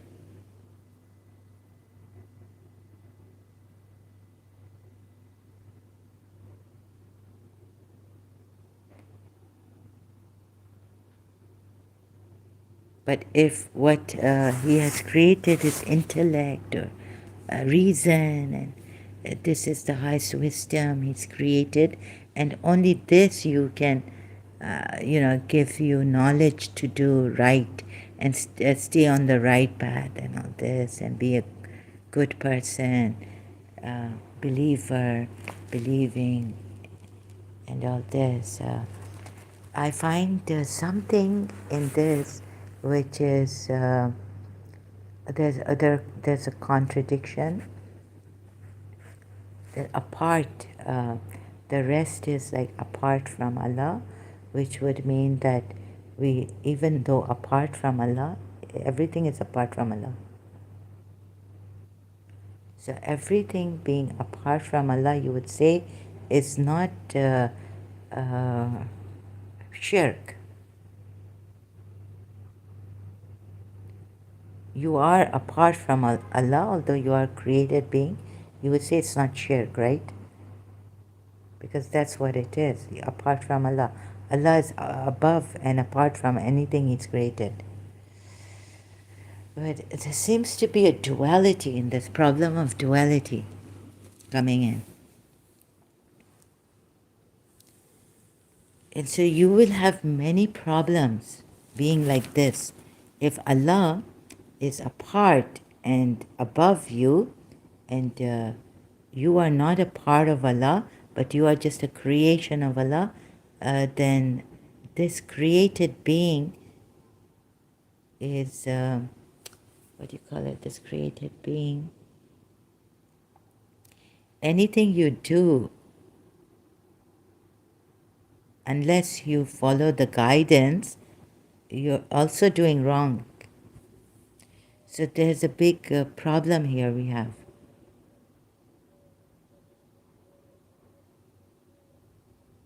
If you were one with Allah, if Allah said, merge yourself with me, if Allah had kept that open, and then there would be no problem of duality also in this.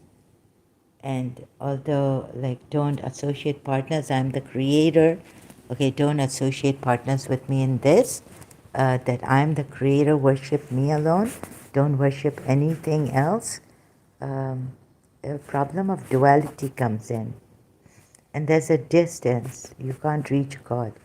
But the messengers say that's okay.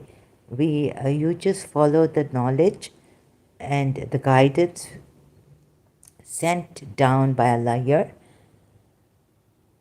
You don't need to reach. There's a problem. Reach oneness with Allah. Like you are not one with Allah, because and even though in La ilaha illallah there is La ilaha illallah means there is no God.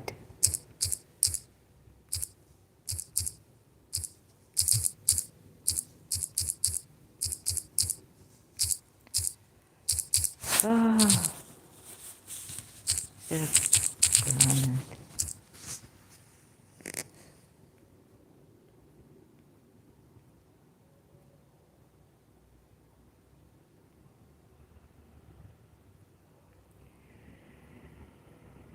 So can't find the Quran ayat directly from Google search. There is no God except Allah. So this only means that there is no God, no other God except Allah.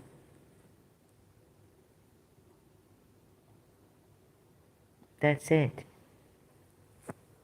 And how you prove this? How would you prove this? How would you prove the existence of this? There is no God but Allah. From the outside, how would you prove it? To those who say, no, there are many gods.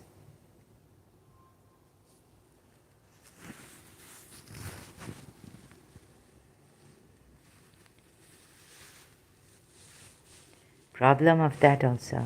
I've contemplated, but I can't put it eloquently or explain it properly here. How would you prove that there is no God but one Allah? And but Allah. There are no gods, or there is no God but Allah. There is what? No God but Allah. What's that? There is no God except Allah.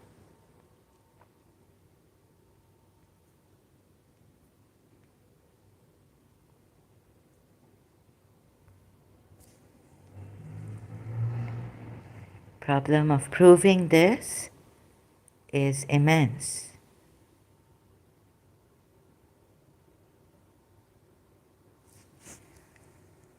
And so there are ayats like they have given they give false names to their gods.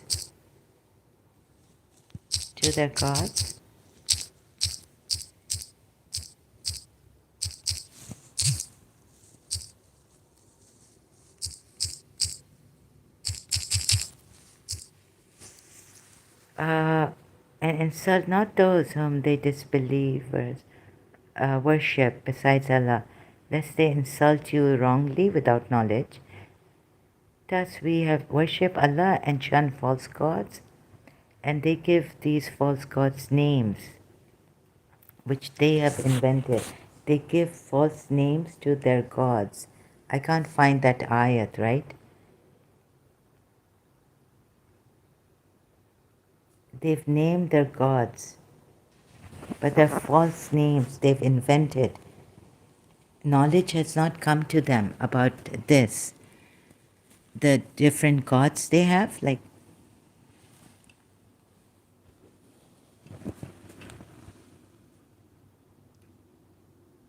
right?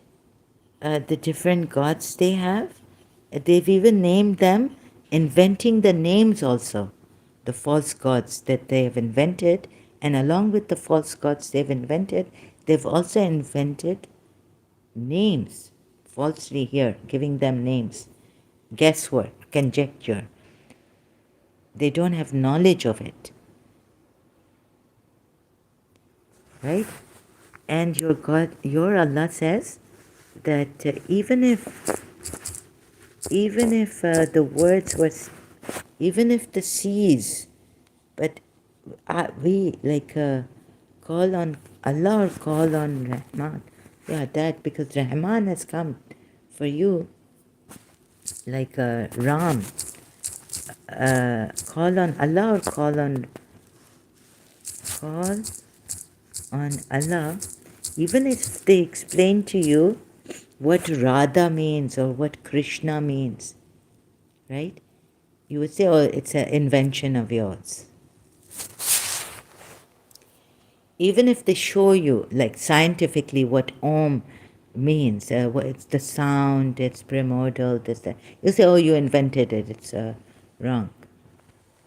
Even if they explain to you, call on Allah and or Rahim. Like you say, oh, Rahim is not invented. Authority has come. It's in the Quran. It's in the Quran. Quran is the great evidence for this, the highest source, true source, original source, right? Say, call upon Allah or call upon Ar-Rahman, Rahman. Ar-Rahman, the most merciful, what's it? That may be whichever name you call, to him belong the best names. Now you are told what Rahman is in the Quran, and authority for you, Muslims, has been sent down and recorded. You say it's a revelation from Allah through Gabriel or the trusted spirit on the heart of Prophet Muhammad. Right. But these people, they've invented names, false names, like Sri Ram's name. So Hindus had a song, actually I wasn't into Hinduism, ke Ram or Rahim. Ram and Rahim. Rama is a name. What is the meaning of this name, Rama?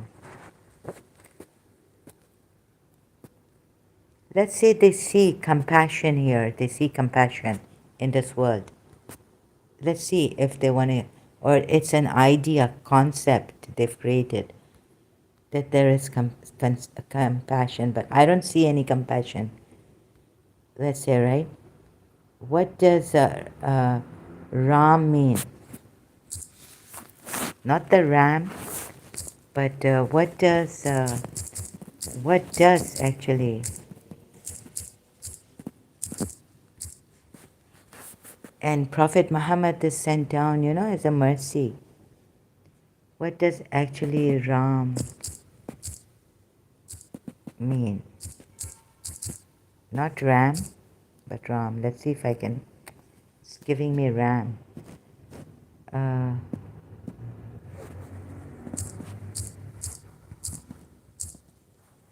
What does Sri Ram mean?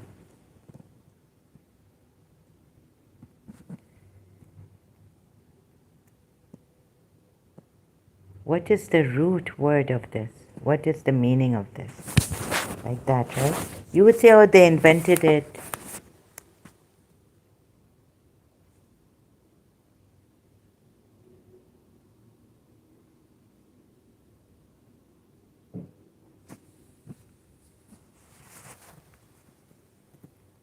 So even if they give you the meaning, like where does this meaning come from?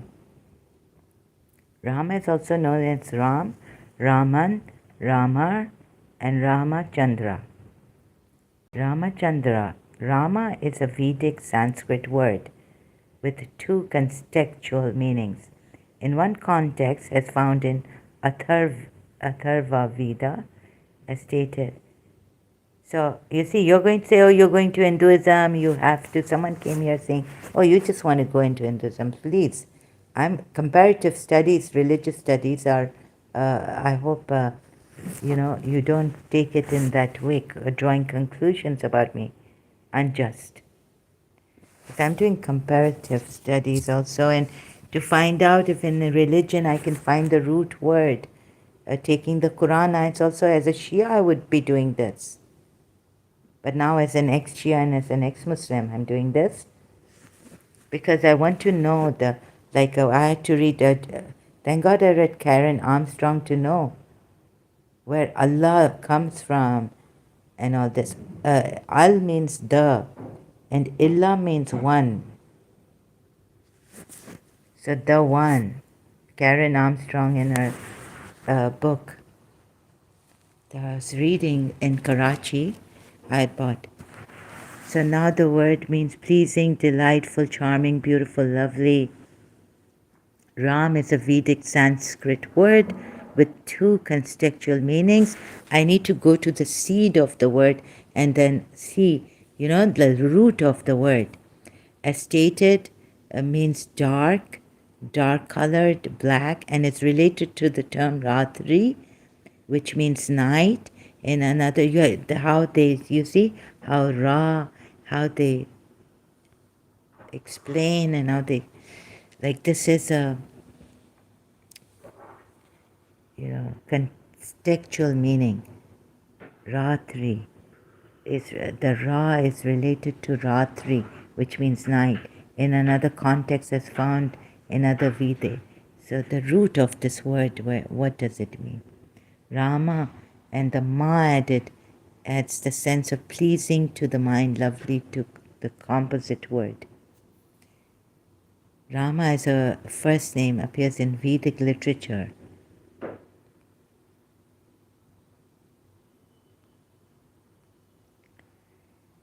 So indirectly it could mean mercy of Allah, I don't know.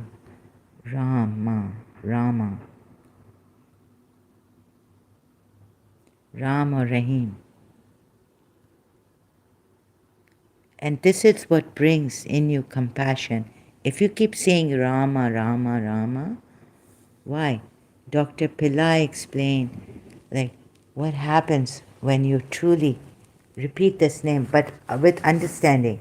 What's the reason behind repeating this name that gives you that sense of your mind won't attack you, feeling of mercy inside of you. You will have these blessings, feeling of mercy. Stop. See, the root of the word Rama is Ram, which means stop, stand still, rest, rejoice, be pleased. So you will have a pleasing personality. You will be in a pleasing state condition. If you say Ram, Ram, your mind will not attack you anymore so much as it used to. Negative thoughts would not come. So that's why if you say Rahim, Ya Rahim, oh Ya Rahim, Ya Rahman, oh Ya Rahmana. And what's even more the root of this? Stop, stand still, rest, rejoice, be pleased. I mean, I could dig deeper and ask the Hindus even more so how is it divine? What is this?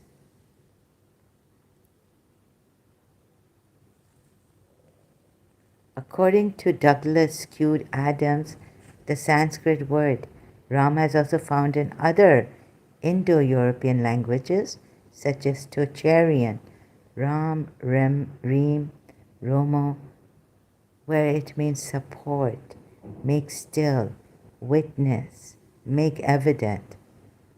The sense of dark, black. So I'm not even stopping at, thank God, thanks to Wikipedia, just on Hinduism. I'm going further than that. Oh my God, here it is also. Sorry, I just missed this. Rama connotes the metaphysical concept of Supreme Brahman, who is, or Brahma, no, Brahman, who is the eternally blissful spiritual self, Atma soul, in whom yogis delight non-dualistically, you see. This is what we need. We need non-dualistic condition where we don't feel apart from Allah, where we can rest because we know we are one with Allah. We are one with our God. We are one with divinity. This is where we will rest. And it resonates with me because this many years back I've been contemplating on this, the problem of duality in Islam. Although Allah says, La ilaha illallah, there's only one God to worship and all this, yet we have a problem of duality between the Atma and God. So the spiritual self or the Atman soul in whom yogis delight non-dualistically, they are one with it. When you become like, I was thinking about love. Unless you don't say that I am love, you're not one with love, then you will be always searching for love outside and start to get obsessed about it. It gets very intense, neurotic. And then you have the object of love, the object that you love, and it becomes very unhealthy.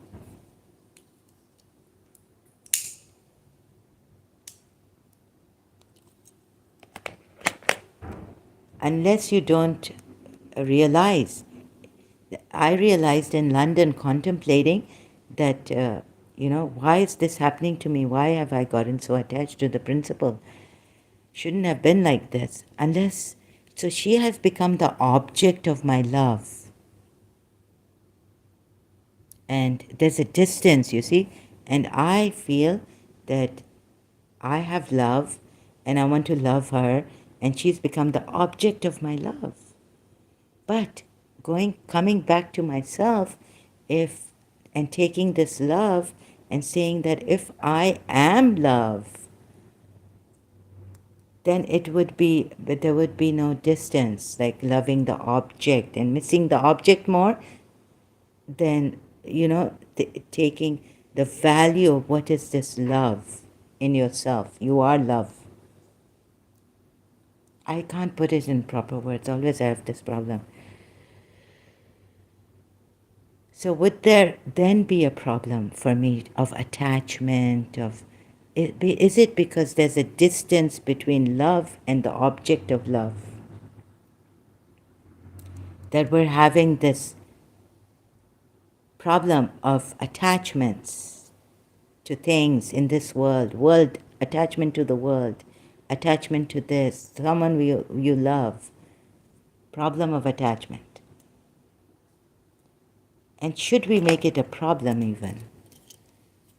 Let's say if we are attached to someone and the other person says, no, it's no problem with me, trouble me, disturb me, a 10,000 Maniacs song, then it's okay. If your friend says, I'm not worried about it, you get attached to me, I'm here for you. You see, it's always the problem of attachment or the fear of attachment.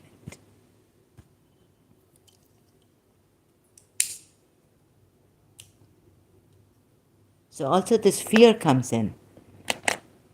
And how are problems made? By the mind. Because we are distant or something, right? The mind makes you think that you are not this. You are apart from this.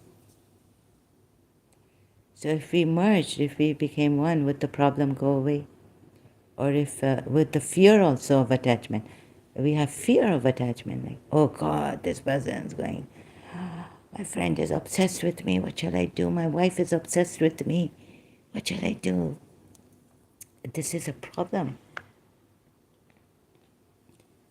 So could it be that if your wife is attached to you and you accept that attachment, you see, you don't fret about it.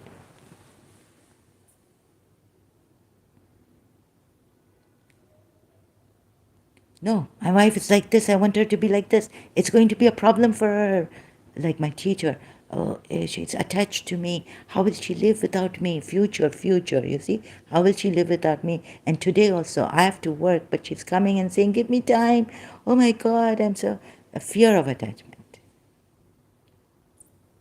Ah, Baba, I have a private life, I have an occupation, I have this. She'll be standing outside my office.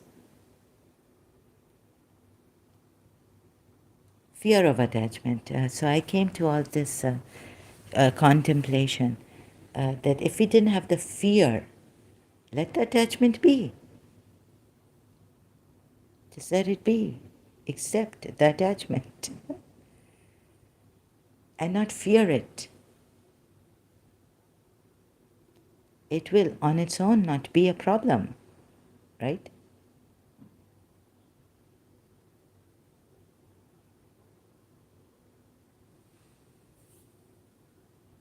There were two friends. They didn't think that attachment was a problem. I asked one, the one was saying, I always think about my friend. Like even when you're in the kitchen working, I was in the kitchen with her. She said, yes. And she said, it's very pleasant for me. I was like, really? Like you're not, because see, no one told her because they didn't allow a third party coming and saying, oh, she thinks, she's always thinking of me. She's attached to me. Oh my God, I can't, this, no. She said, it's very pleasant for me to think about my friend all the time. Most of the time I'm thinking about my friend. And it's not a bad thing for me. It's very pleasant for me. And that could also turn into when, God forbid, if something bad happened to a friend, she would have, it, you know, but she would have done something at that time, maybe grieved her, let her grieve. But while she was in the kitchen working, I said, do you think of your friend? She said, yes. She's always in my mind. I think of my friend. But it's very pleasant. It doesn't hurt me. I said, like, you're now, your friend is not here. So aren't you missing your friend? Isn't it hurting you? She said, no, it's not hurting me. So the memory, the thought of a friend was not hurting her. Then I was like, why is it? Why did they say this fear? This no, the longing, like they say of Radharani for Krishna, and all this, and the longing of mine for my teacher who they separated severe ties with, uh, between me and her. It was very painful. Somewhere we've done something wrong. We've made everything a problem. I think by fearing.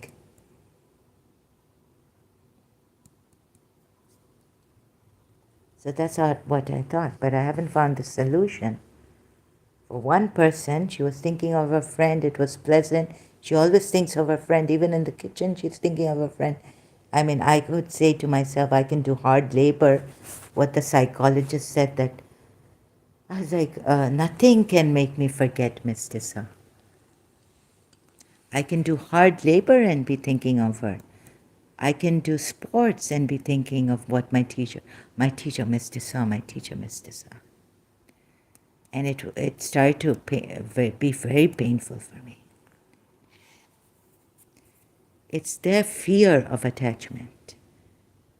It's the fear they give. Once you accept even the demons of your life, in your life, as the Hindus sometimes do, and the Buddhists say, your enemy, thank them for what? Then I think we would not have a problem. Resisting it is more creating more problems than accepting it. Accepting that life is like this.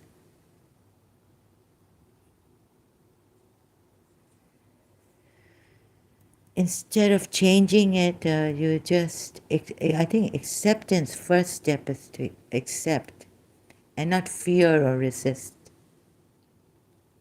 But they've made it a very, they've, I think some, not crazy, but, their own abnormalities or what, lacking ignorance. They've messed up our lives to a great extent. So, and what is Rama in this? So the seed, they know the root word, what it means. Although we know what Rahman means, the root word. But you see, there's a difference. Like, what is the difference here? What's the difference here? Okay? That answer I don't have, but I know, like, can't give it in words. You'll say, well, we've been taught the names and of Allah and the root meaning of Ram. Oh, no, sorry, Rahman. So RHM and all this, okay?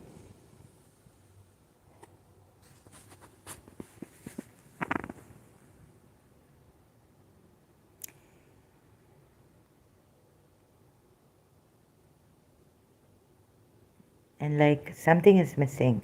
Like, how was it created? So you would say Muslims would say from Allah it came. Allah created everything. But there's something more I can't. So anyway, so getting back to the, say call upon Allah or call upon a Rahman, the most merciful, whichever name you call, to him belong the best names. Now there are many names, and right, you have 99 names of Allah, and then you also have words of Allah, yet would the words of Allah not be spent? And now coming to that crux of the matter is that we worship one Allah, and so these are our names of Allah, but we don't call them gods. And we don't even worship them. The words of Allah we don't worship. So in that way, it's your thing. These are signs and names of Allah. We don't worship them. We worship one God who created His words, or uncreated, I don't know. But it's not Allah. We don't say Allah, Rahman, God, the Rahman, God. God's word is also God. Like millions of gods we have. Millions of gods. Yet would the words of gods not be spent.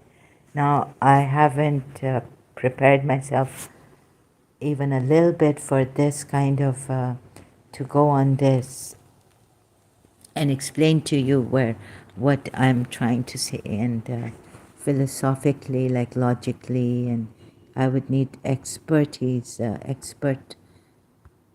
would need a good command over my language, and also to understand what I'm trying to say, and not get confused in the middle, right, and confuse you. So you can have your one Allah and worship your one Allah, and let the ones who have many gods worship their gods. To you, your religion, to me, my religion, and my worship and thinking, and even the concept I create from my mind that there are many gods, and the sun is a god too, and the moon is a god too, and the stars are gods. Because you have been so unfair to those people that I wish to embrace many gods now because of your unfairness.